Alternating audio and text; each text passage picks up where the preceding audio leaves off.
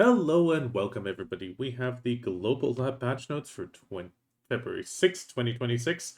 This is a big one with a lot of class balances that came out of nowhere. There's some changes in general being mentioned about the PvP attack power of Scholar and Awakening Wizard, guard gauge additional damage skills with shield characters of Warrior and Valkyrie. Also, Succession Corsair is being mentioned, guard gauge bonus fixed damage effects, all sorts of things like that.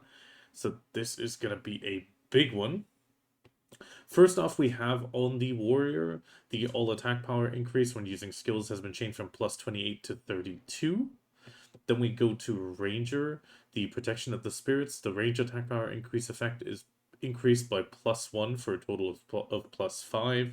However, the PvP damage application rate for each skill has been adjusted, so the PvP damage remains the same as before. We also have a bunch of PvP damage application changes. So here we can see tiny changes being done on quite a few skills. I mean, the translations are always a little bit off, but let's just go for it. The Honest Blade Wind, 34 to 33 pretty much, 43 to 42. Then we have Gathering the Wind and Shooting It from 97 application rate and 79. We have 94 and 77, so really small adjustments across the board. Collecting and Shooting the First Wind, 67 and 62, going to 66 and 61. Like, as you can see, really small adjustments. Pretty much going down by 1% across the board, maximum 2. Then we go into Awakening, Spirit Sword Training 5 and the Wind Dance 3. The effect of increasing attack power has also been changed from +10 to +12. The damage of the skills is being adjusted, so here again we have an adjustment a tiny bit. Here it is not the PvP damage application rate, but the damage itself. So Howling Wind going up by roughly 100%, or going down by 100%, so it's a little bit of a... Actually, sorry, down by 100%. So we're looking at 100% across the board going down, sometimes a little less, like Spirit Bondage only going down from 1024 to 1016.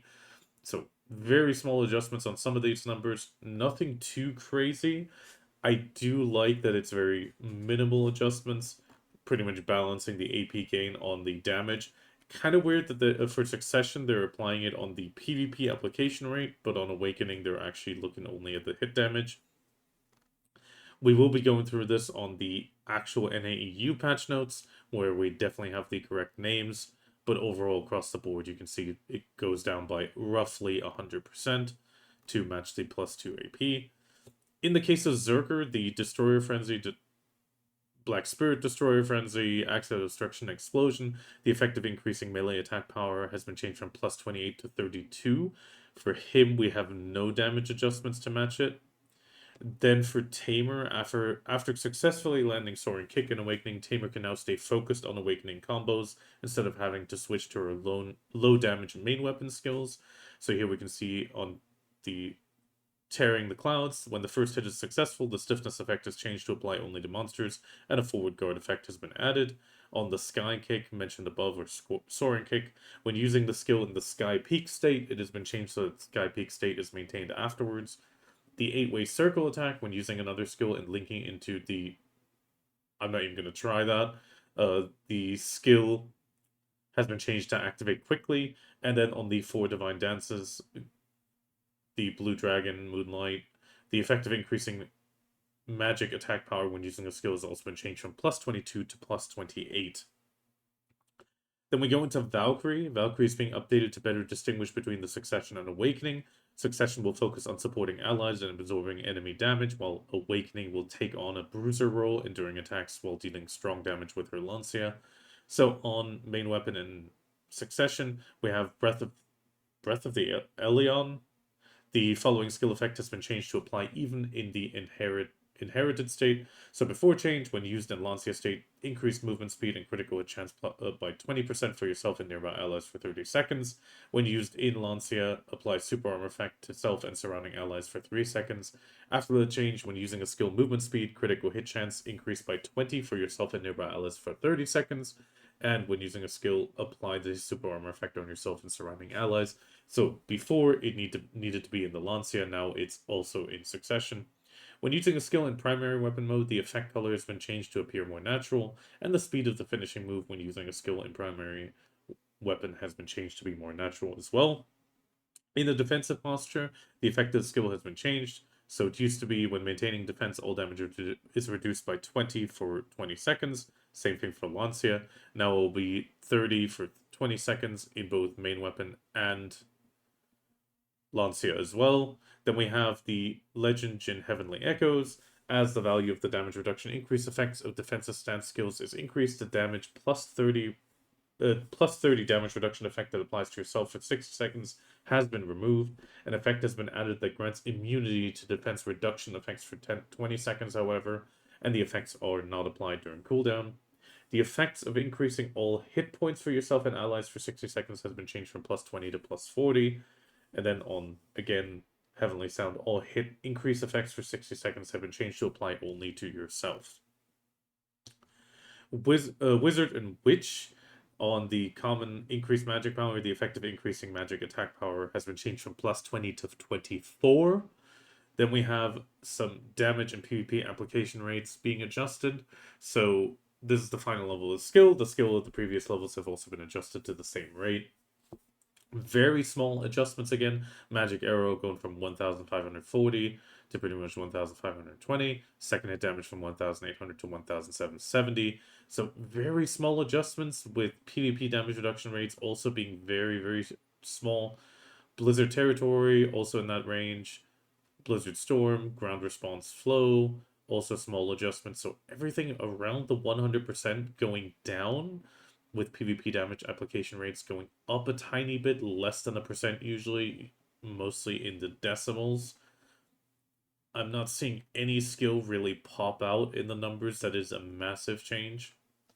Then on Awakening, the damage PvP application ratio for the following skills in the Awakening skills have been adjusted. Again, this is concerning the final level. I mean, we're looking at Soaring Earth, first hit going from 2,452 to 2,415. The second one going down by roughly 50% as well, and then the third hit going down by roughly 60%. PvP damage application rate going up by 0.5%. So again, very small adjustments across the board. I don't think it'll be super noticeable, except for in the details. There is some harsher hits though. We do have one on Thorns of Rejection. The first hit going from 8,600 to 3,600. That is a big drop. The second hit damage staying in the 4,800, going down to 4,700 range. So the first hit damage going down significantly on Thorns of Rejection. Overflowing Venom pretty much staying the same. Again, no real big other highlights going across the board.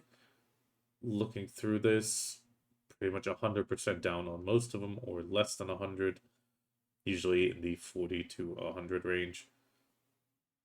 Then we have the damage and application of Awakening Wizard. Wait, that was Awakening Witch.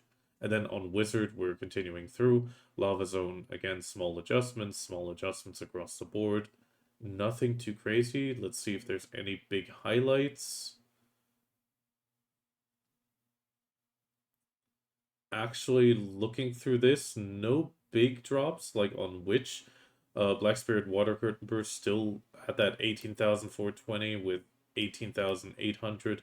Then again, the PvP damage application is only 8%, so not a lot of that transfers into PvP.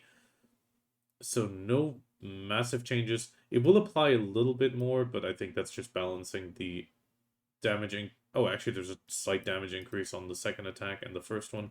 So in this case, we actually have a few skills going up a tiny bit instead of down, but the PvP damage application rate is going down, so less damage is actually applied.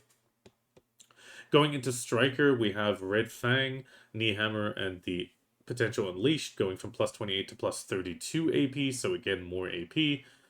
Same thing for Awakening, plus 28 to plus 32. Damage values, again, being adjusted that tiny bit. In this case, again, the hit damage is being adjusted, less the PvP damage application rate. So again, small number changes from like 5,500 to 5,400. So nothing too crazy again. Let's see if we can find any big highlights or big jumps. but across the board it pretty much looks like a 50 to 100% adjustments again. Mostly down in this case. Going into Mystic, again, plus 28 to plus 32. Damage application rate, hit damage effectively going down here again to balance it. Nothing too crazy. Again, no big changes on any skills. Then we go into Dark Knight. Awakening Dark Knight is defined by her ability to switch between melee and ranged combat. Adjustments have been made to give her more ways to respond to nearby enemies while in Awakening. So here we go into the Truth of Camisylvia. I think that would be Truth of Camisylvia. The knockdown effect on successful hit has been changed to apply only to monsters, so that got lost in PvP. Vidir's Trap, they added a knockback effect when the first hit is successful. Flow when using a skill has been added so that it can be linked with Dark Scatter, and it's been changed that stamina is no longer restored when using the skill. The Soul that was caught, they added a plus 50% critical hit chance effect, however this does not apply during cooldown. Spirit Oxidation, they added a forward guard effect to the skill, and they increased the amount of time the character can rotate to the camera while using. And the Vidir's Self-Righteousness, the mental power consumption has been skill used in the Awakening state has been changed. So the initial mental power consumption is 20, and the consumption increases by 20 every 2 seconds. And also Dark Star Clouds, the all AP has been changed from plus 12 to plus 18.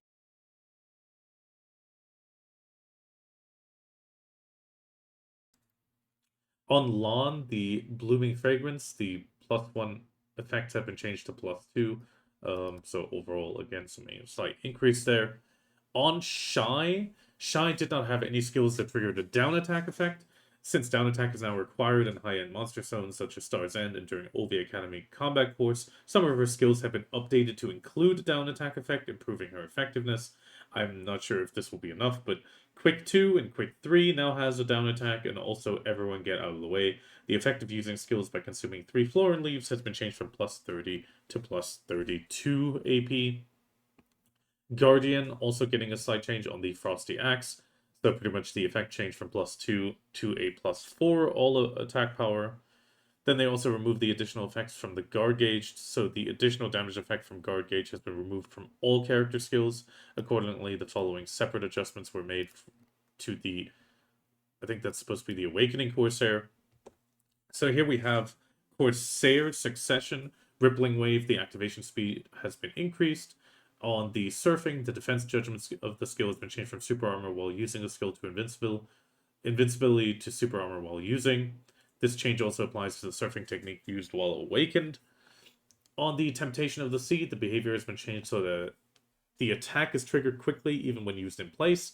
Defense Judgment changed from Forward Guard before the attack to Super Armor during skill use. The status effect has also been changed from Floating on the first successful hit to Stiffening, and a knockdown on the second. Special damage effect changed from air attack to down attack. The second hit attack flow has also been changed so that it cannot be linked with other skills except the wave jumping. And to match the technical production, the attack range of the first hit has been reduced, and the attack range of the second has been increased. On the Flow Mareka, a refreshing spray of water, the duration effect of not being able to recover guard gauge when a hit is successful has been changed from 5 to 10 seconds, so there's even stronger shred. The all speed reduction effects on successful hits have, however, been removed. On the Mareka, the Whale's Dream, health recovery effect upon successful hit has been changed to only trigger on the last hit, and the amount of HP recovered has been changed from 208 to 400. And again, the effective guard gauge not recovering when a hit is successful has been removed from this one. A Feast of Dreams, the health recovery effect has also been changed on this one. When using a skill, 500 HP is now restored, and the effect of the guard gauge has also been removed from the Feast of Dreams. So actually, looking at this, we have an extension of the time on the one skill, but 2 skills losing it. Actually, 3 skills losing it, including the Romantic Swim. But for that, they also added an effect of -38 to all attack power for 10 seconds on that hit. But still, the guard gauge might actually hold up a lot better now. On the Awakening, there is that small change on the Surfing. When using the Surfing skill, the character will no longer rotate according to the camera rotation from from the point when movement is stopped. Going into Nova, Darkness of the Bitter Cold and Legend of the Frost Snow, when using a skill has been changed, the AP has been changed from plus 28 to 32. And on Nova Awakening, it is difficult to control due to her extreme speed and narrow attack range. We're implementing, or a PA is implementing adjustments to ensure her strength better reflect this high skill ceiling. Specifically, they have updated Twisted Orbit so that on hits, adventurers can relentlessly pressure enemies with stab attacks until a CC is applied. So here, the cooldown of Staggered Orbit skill has been reset on a successful hit of the crossed orbits. Sage finally getting a change. So the all attack power increased when using the skills, illusion development, and the space shatter has been changed from plus 20 to plus 15. However, the damage values have been adjusted so that the damage amount remains unchanged. Overall, it's a bit of a surprise that the AP bonus is going down, but we see some damage increases. So towards Retribution, we're seeing an increase of like 160%. So again, small adjustments, but I feel like small adjustments might be the better way to go. Keep things slowly moving, but overall we can see an increase across the board of around 100 to 200%. The Ator's Aura going up the most with like 400% right here on the first hit damage, and the 40,000 going up to 40,100 going up to like 40,900. That one is getting quite increased, but it is a Black Spirit skill, so makes sense. Succession Drakania has also received some adjustments to CC effects to prevent them from unintentionally interrupting combos, allowing for clearer combo execution. They've also increased the stability when diving into enemy lines, while required adventurers to position themselves more carefully. That is a big of a surprise. So overall, we're getting the stiffen effect removed that was given to adventurers when activating the skill at max output. I mean, it didn't actually apply that often because it was always only on skill release. Then we have the... Let's actually grab that skill. That should be... Yeah, that is the Eviscerate, called Piercing the Windpipe in the translation. Kind of funny. So the defense judgment of the skill has been changed to apply as forward guard during skill use, and forward guard during the gathering, and a super armor during the dash attack. So overall, right now, it is a forward guard only during the skill. Now we will have super armor protection during the forward dash. That is a big change for the bombing, so no more CCs into the back while we're rushing forward. On the chain slash, or actually no, it's not called chain slash, the Omni Slash. On Omni Slash, we have the forward guard effect being added to the skill before it was completely unprotected. Overall, it's the all damage reduction minus 20. It is nice to get another all damage reduction minus 20, getting a little bit extra on that SLMB. Then on the Ascension skill, so they've added the Heart of Markthanon to apply, so down C will now also heal, just like the C skill does. On the Lightning Strike, or the part of the skill change that chain that goes into the Brimbolt Wave, the cooldown is actually going down from 12 to 10 seconds, allowing us to keep that Brimbolt Wave power up a little bit. Going into conjunction with that, the Brimbolt Wave itself, the skill additional hit damage has been changed to always apply, as the maximum outputs additional hit damage, regardless of whether the skill is at maximum output or not. So we are finally getting some damage increase. It seems maybe even without ions, that Brimbolt Wave will now be our big hitter. That will make a big change in PvP, considering that it is really hard to keep your ions up. But overall, with these changes, we're looking at 2 seconds extra uptime on the Brimbolt Wave, mixed with us finally being able to dash forward during the dash attack and not get CC'd, giving us another skill to finally get into that combat zone without getting CC'd into the back. I'm actually really liking this change. Like I said, this CC was very hard to pull off. Most of the time you were standing still and charging it, and then releasing it and getting that stiffen, but that was always really iffy to pull off. So losing that CC, it sucks, but at the same time, it's not a big deal. Again, a forward guard here, going into super armor, very nice. Forward guard on the chain slash. Yeah, I mean, I'm sorry. An extra forward guard never hurts to have. It is always hard to pull off, but it is nice to get that on another minus 20 DP skill. And then just in general, extra healing and cooldown reduction. This might even have some really nice implications for PvE. I mean, us being able to pull off Brimbold Wave more frequently might even start giving us that slight adjustment. On top of that, the minus DP with the forward guard is also really nice to apply to mobs. Overall, I'm actually looking forward to these changes. But we need to move on. We have Maegu on the Awakening. The all AP has been changed from plus 20 to 18.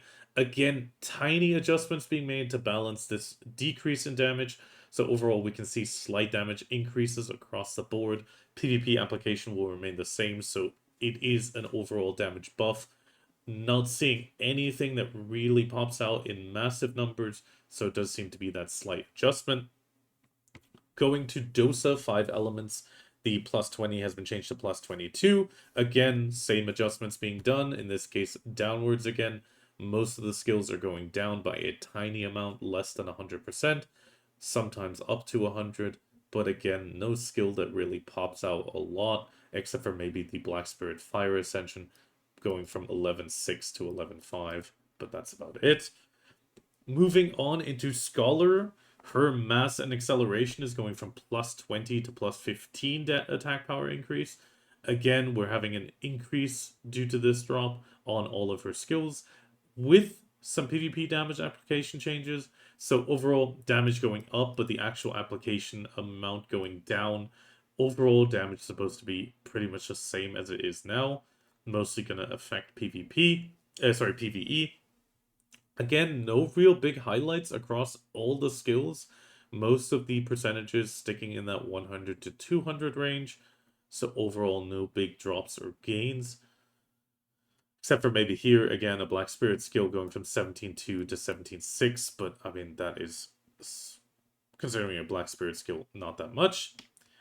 On the effect of the, I believe this is the Gourd on Wukong. The effect of rushing the target hit by the Ryuban while in the air effect is applied has been removed, and when a player acquires a skill, it has been changed to be applied permanently regardless of the hair effect. As before, if you lock a player's skill, the effect of rushing to the target will not be triggered. The following techniques have been changed to apply on the Daesong hair effect when hitting an enemy, so the Gourd of Tusal Palace and Get Stuck. And when using the skill below, while the hair effect of the Great Heavenly King is effect, the clone summoned through the air will now attack nearby enemies with a stiffening effects for the where are you running away to an increase. So here we can see, yeah, the clone appearing and going for a stiffen from the side. That is actually quite surprising. I do wonder, it is a little bit on the same height as Wukong, so it might not actually cause a stiffen on a forward guard, but that is very, very borderline of a position. Maybe depending on if you're facing a little bit more towards the opposite side of the clone, that might actually get a stiffen on you. Trouble, Chaos, and Turmoil. Again, as the hair effect has been changed, the clone summoning attack has been changed to always activate. So before summon a clone while they, I think this is the Buddha effect actually, isn't active. And now, regardless of whether the Buddha effect is applied, a clone is summoned. And on the Pierce Through and Grow Longer, again, before change, knockback on successful hit on monsters only. Now it's a general knockback, so a CC. Deadeye is just getting the effect of Canary's Way 18 and 20 has been changed from +1 to +2 AP, so again, tiny bit of AP increase on Deadeye. No adjustment there. Seraph in large-scale combat, Seraph has been able to consistently pressure the enemy flanks thanks to its high mobility. However, with the addition of skill enhancement or bomb skills, its intended weakness, limited ability to inflict damage while maintaining defense effects, has faded. Currently, the class can deal damage while staying protected and mobile. To address this, they're adjusting the class to preserve its burst mobility while making it harder to sustain mobility indefinitely. So, some changes here. We have Vanguard Pursuit. The stamina consumption when consecutively activating with the Bold Will has been increased from 50 to 100, so stronger stamina drain. Dig and Stab and the Judgment Dig and Stab, so the Awakened one, stamina consumption has increased from 75 to 200. That is quite an increase. On the Dig In and Lift Up, both the Awakened and regular version, stamina consumption from 150 to 200. Horizon Slash and the Judgment Horizon Slash as well change so that stamina is no longer restored while using the skill. And in Purgatory, the hidden enemy has been changed so it can even be used during cooldown. However, the effect of the Bloodstained Heart skill will not be activated when used during cooldown. With that, we've gotten through all the class changes. Lots of changes, lots of damage changes. The damage adjustments are rather small, but some of the class changes are very big, but we'll get to that once we go through the TLDR. Class modifications and changes as well. Ranger, the issue with the Spirit Sword appearance would disappear when moving after switching to non-combat mode, and Spirit Sword mode has been fixed. Kunoichi, there was an issue where some instruments were unnaturally exposed during performances. Usagi, I think that is the ninja when the stump... Yeah, I think that's the stump splitting skill. That was the log jump. The issue with the second hit would not be activated even if the stump skill is registered and the skill slot was repeatedly pressed has been fixed. On Deadeye, they fixed an issue where the Little Devil would not fire when linked with an aerial bombing technique after a forward jump. And on Seraph, on the Purgatory, I believe, they fixed an issue where all evasion reduction effects were applied even when used during cooldown for the Scatter Violence skill. Then we have some inland fishing revenue adjustments. So rumor has it that the rare fish ecosystem has formed in the inland areas of Valencia and Grana. So the rainbow fish that was exclusive to Ibalab Oasis seems to have begun in the inland, begun appearing in the inland lake of Valencia, including the capital city. So the probability of the rainbow fish appearing in an existing rainbow fish spawn has also increased by approximately 10 times compared to before. So overall, the Ibalab should be a bit higher. Pink dolphins have also begun appearing in the larger cities of Grana, so it seems to be more zones will have the pink dolphin, and the probability of the pink dolphin appearing in areas where they previously appeared has also been increased by approximately twice. So overall, this could mean that the old spot will have a higher chance for the pink dolphin, while the other ones will now have it as well, but at a lower chance. That would be a reasonable assumption from this text, but we're going to have to see the details on NAEU release. Treasurefish were also caught somewhat excessively in Heidel and Calphion, so they are being readjusted downward a little bit. So the Pirakuru appearing in Heidel has been reduced by 39%, and the probability of seeing the Ranchu and the Crucian Carp in the Calphion region has been reduced by 37%. They've also changed the spawning of minnows in the Demi River of the Heidel region, Lake Flondor and Grana, and other areas. So overall, some small adjustments there. Olvia Academy schedule again, nothing too grand. They're pretty much just telling us February 12th is now the graduation date. Please note you will no longer be able to proceed with the following content after graduating from Olvia Academy. So here we actually have the big confirmation. The Olvia Academy weekly quest will no longer be available. Echoes of the Abyss, Academy students exclusive cooking and alchemy tools. So if you are making use of any of this, do continue until the last days before you graduate.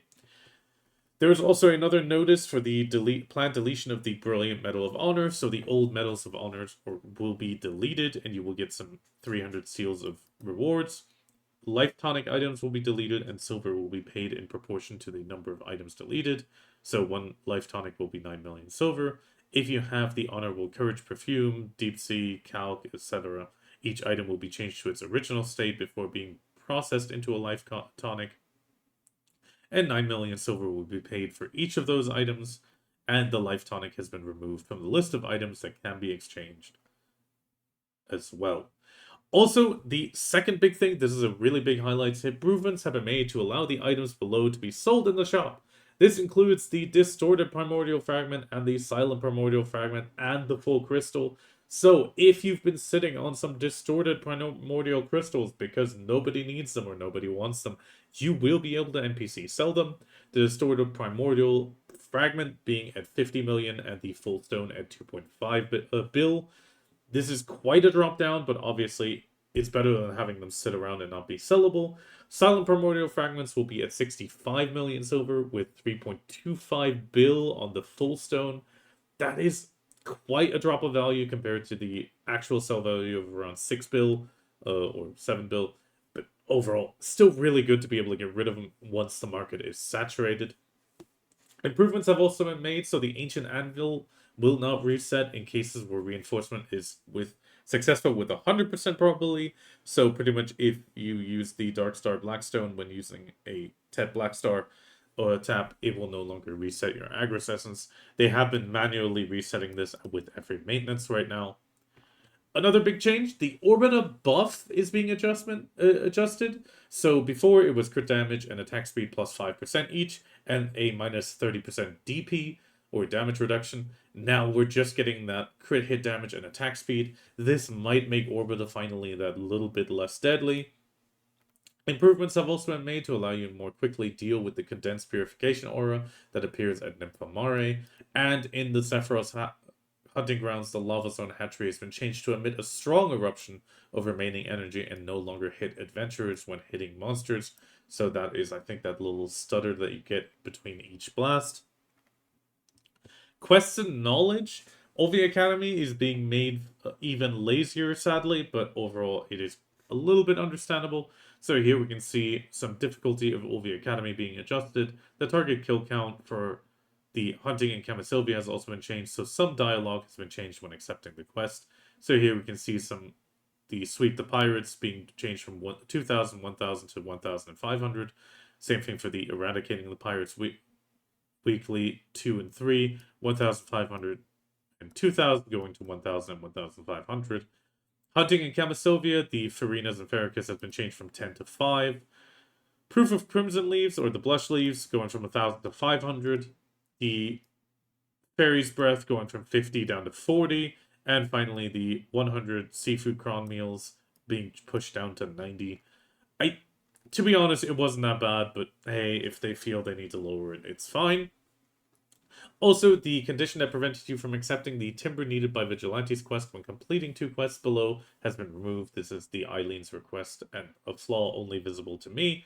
Also, an item required for the quest in the daily, the Indomitable Lion who cuts through the darkness has been changed.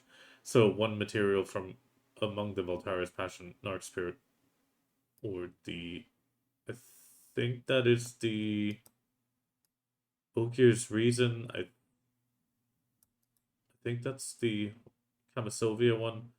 One material from the following fragment of the Fury Knight. Okay, so pretty much it's been changed to a cup fragment. The rare hammer selection box, which was previously displayed in completion rewards of the challenge tab, even if the conditions were not met, has been changed to allow you to check in the objectives tab. A rare hammer selection box you can unlock by completing the challenge conditions. You can check the challenge in there. Then we have some mount changes. This is not going towards the way that we wanted, but they are saying they're continuing to maximize the changes or listening to us. They did hear our complaints. I do feel like we need to continue with this a bit. They added the ability to increase the level of the stable or of a stable or mount to its maximum level at once. So it will now be a single button that will just give it a max level. That is removing one or two clicks. You still need to confirm it.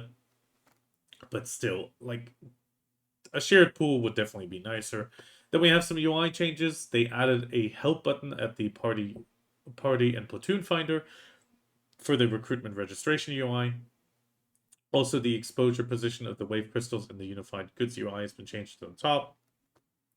Speaking of the party system, there is now a change. The required APDP requirements to be allowed to apply will now apply to the entire family, so not just your currently logged in character anymore, so you will be able to apply even while you're waiting on an alt.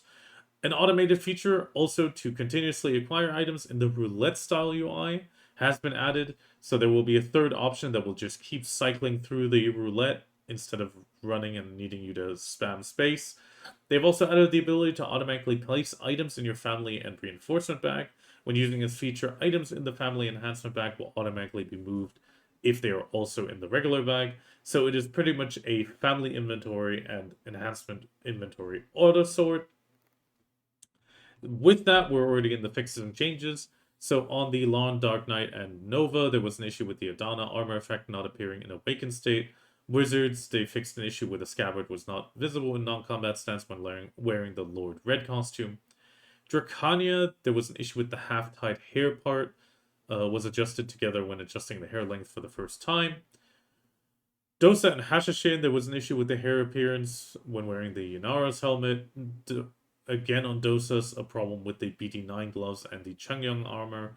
Academy, there was an issue where some monsters would be summoned unnaturally or characters would be pushed back when using Abyssal Echo items. The issue where the treasure chest would unnaturally summon after defeating monsters appeared in the Echoes of the Abyss. The issue with some information regarding where to obtain relics and lightstones was incorrectly described in the guidance text for the quest, Relics and Lightstones. Then a notice has been added to Olvia Academy weekly quests stating that they can only be accepted if you are an Olvia Academy student. A message has also been added for the life lessons stating that if you abandon a quest that requires you to craft an item yourself, the progress will be reset. Also, an issue where the guild representative manor would be removed when returning a manor that was not set as the representative while the manor was set in the... Oh god, that is just complicated. An issue where the residence score would be displayed as 0 when completing crafting an item using a cooking or alchemy tool in the manor has been fixed. The issue where the acquisition methods for certain items in production nodes were not fully displayed has been fixed. They've added the ability to check the creation pigment items in the crafting nodes. Then we have some general issues where movement was awkward when drawing a weapon. Issues where the button would not work when clicking on the text in the list of horses held in the breeding market. Fixed an issue where scrolls would move unnaturally when clicking on a horse in the stable, and some other text in Silver and Trading Warehouse in the withdrawal button being not working effectively. The curtain part appeared awkward in the Valentine's Day special background. Songs with the playing time exceeding 24 hours can no longer be uploaded to the composition notes. And finally, official website security has been enhanced, and in pad mode there's a small problem with the guild's history. With that, we are in the TLDR. I already dispersed a little bit of TLDR throughout it. Again, party system allowing your family-wide APDP requirements is quite nice. Means you can stay on an alt. Don't need to go swap to the character. The mount XP, we still got to keep pushing on the forums. Make sure that they just give us that shared pool. They dangled it in front of our faces. Now we would like it because it's the only actual improvement.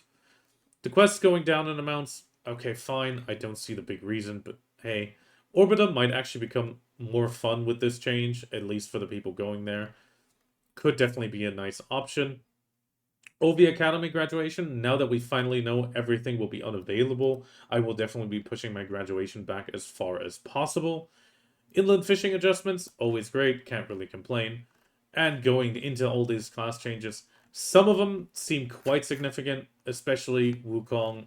Seraph, a little bit. That is quite a change with all the stamina consumption. Drakania, I would actually classify as or Succession Drakania specifically, I would actually classify as a big winner of this overhaul. It definitely seems like this could be a nice change, even more in conjunction with the Corsair changes, seemingly removing the guard gauge reduction or not recovering when a hit is successful. That is quite a big thing. That is really nice. I'm looking forward to it. Down attack for the Shai. I know a lot of Shais have been asking for it. I don't know, or I'm not sure if this will be enough. Let's hope it is. Otherwise, the damage adjustments in conjunction with the AP increases and decreases seem rather reasonable. I like PA finally taking smaller steps instead of these big adjustments that always cause disruption in people's favorite classes. Definitely a nice change to see these adjustments be very, very minor and tweakish instead of the full 100%, 200%.